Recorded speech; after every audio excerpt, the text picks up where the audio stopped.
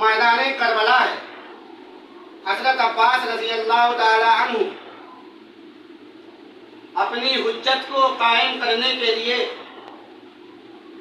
کوفیوں کو مخاطب کر کے ارشاد فرماتے ہیں، اے منصب و جاہ و جلال کے طلبگاروں، اے عزت و شرفت کے تمنائیوں، اے دولت کے پجاریوں، اے چند ٹکوں پر اپنی جانوں کو قربان کرنے والوں، سنو، ہمارا تعلق اہل بیت سے ہے، ہم نبی کے خاندان سے ہیں، ہمیں پانی کی چندہ ضرورت نہیں، خود پانی کو ہماری ضرورت ہے۔ کہہ دوں کہ سڑک یہاں سے تو دریا ابھی ہٹ جائے، تو حکم ہوا کو تو ابھی خاک سے اٹ جائے،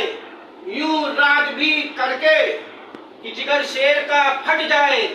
یوں زلزلہ آئے کہ زمین رنگ کی پلٹ جائے، برباد یہ خرمن ہستی نظر آئے، بالا کی طرح آگ پرستی نظر آئے، اف کر دوں تو سب فوج کے نیزے ابھی جل جائے، ہر برسوں کے شمع کی مانند پگھل جائیں، تلواریں تڑپ کر ابھی قبضوں سے نکل جائیں، اور تم کو نیام اسلحے بن کے نگل جائیں، پرواز کریں تیر پرندوں کی طرح سے، پھنس جاؤ کمانوں میں کمندوں کی طرح سے۔ جب کوفیوں نے حضرت عباس رضی اللہ تعالیٰ عنہ کو دریائے فرات میں اپنے نرغے میں لے لیا، تب بس میان سے شمشیر دلاور نکل آئی، مچھلی دہنے مان سے باہر نکل آئی، کس حسن سے شمشیر تڑپ کر نکل آئی،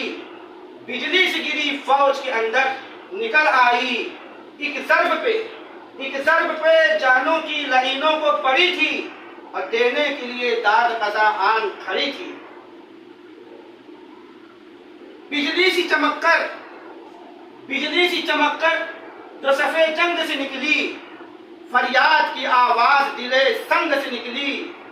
اس وار کے سر پر جو گری ٹنگ سے نکلی، سینے میں در آئی تو عجب رنگ سے نکلی، چھوڑا جسے مقتل میں لہو چاٹ کے چھوڑا، پایا جسے اس تیغ نے سر کاٹ کے چھوڑا، اور جس کوفی کے شانے پہ گری شانہ جدا تھا، پہنچے تلک آ پہنچی کہ دستانہ جدا تھا، تکبیر جدا، نعرہ شیرانہ جدا تھا،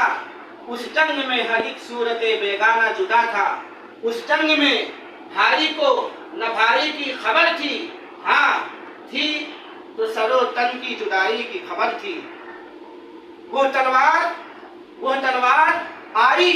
آئی جدھر ایک سیل بہاتی ہوئی آئی، سب کو کلمہ اپنا پڑھاتی ہوئی آئی، راہ سقر ناٹ بتاتی ہوئی آئی، ہر فرد کے چہرے کو مٹاتی ہوئی آئی، تھی برچھیوں کی شمع جو روشن وہ بجھا دی، دیواریں جو صفوں کی تھی کھڑی وہ گرا دی، مغفر سے اگر چھو گئی گردن میں درائی، گردن سے بڑھی سینہ دشمن میں درائی، سینے سے اگر نکلی تو جوشن میں درائی، جوشن سے جو اتری تو توسن میں درائی، توسن سے اگر نکلی تو پھر راہ میں کہیں تھی، وہاں تھی جہاں گاؤ زمین تھی نہ زمین تھی، اس پارہ الماس نے آہن کو کیا دو، چار آئینوں بخترو جوشن کو کیا دو، کھول سرو پیشانیوں گردن کو کیا دو، کھول سرو پیشانیوں گردن کو کیا دو، ایک وار میں اس وار کے ٹکڑے کیے دو، تھی خود وہ ہنسی دیکھ کے سلطان زمن کو، پر غم کی طرح کھا گئی اعدا کے بدن کو۔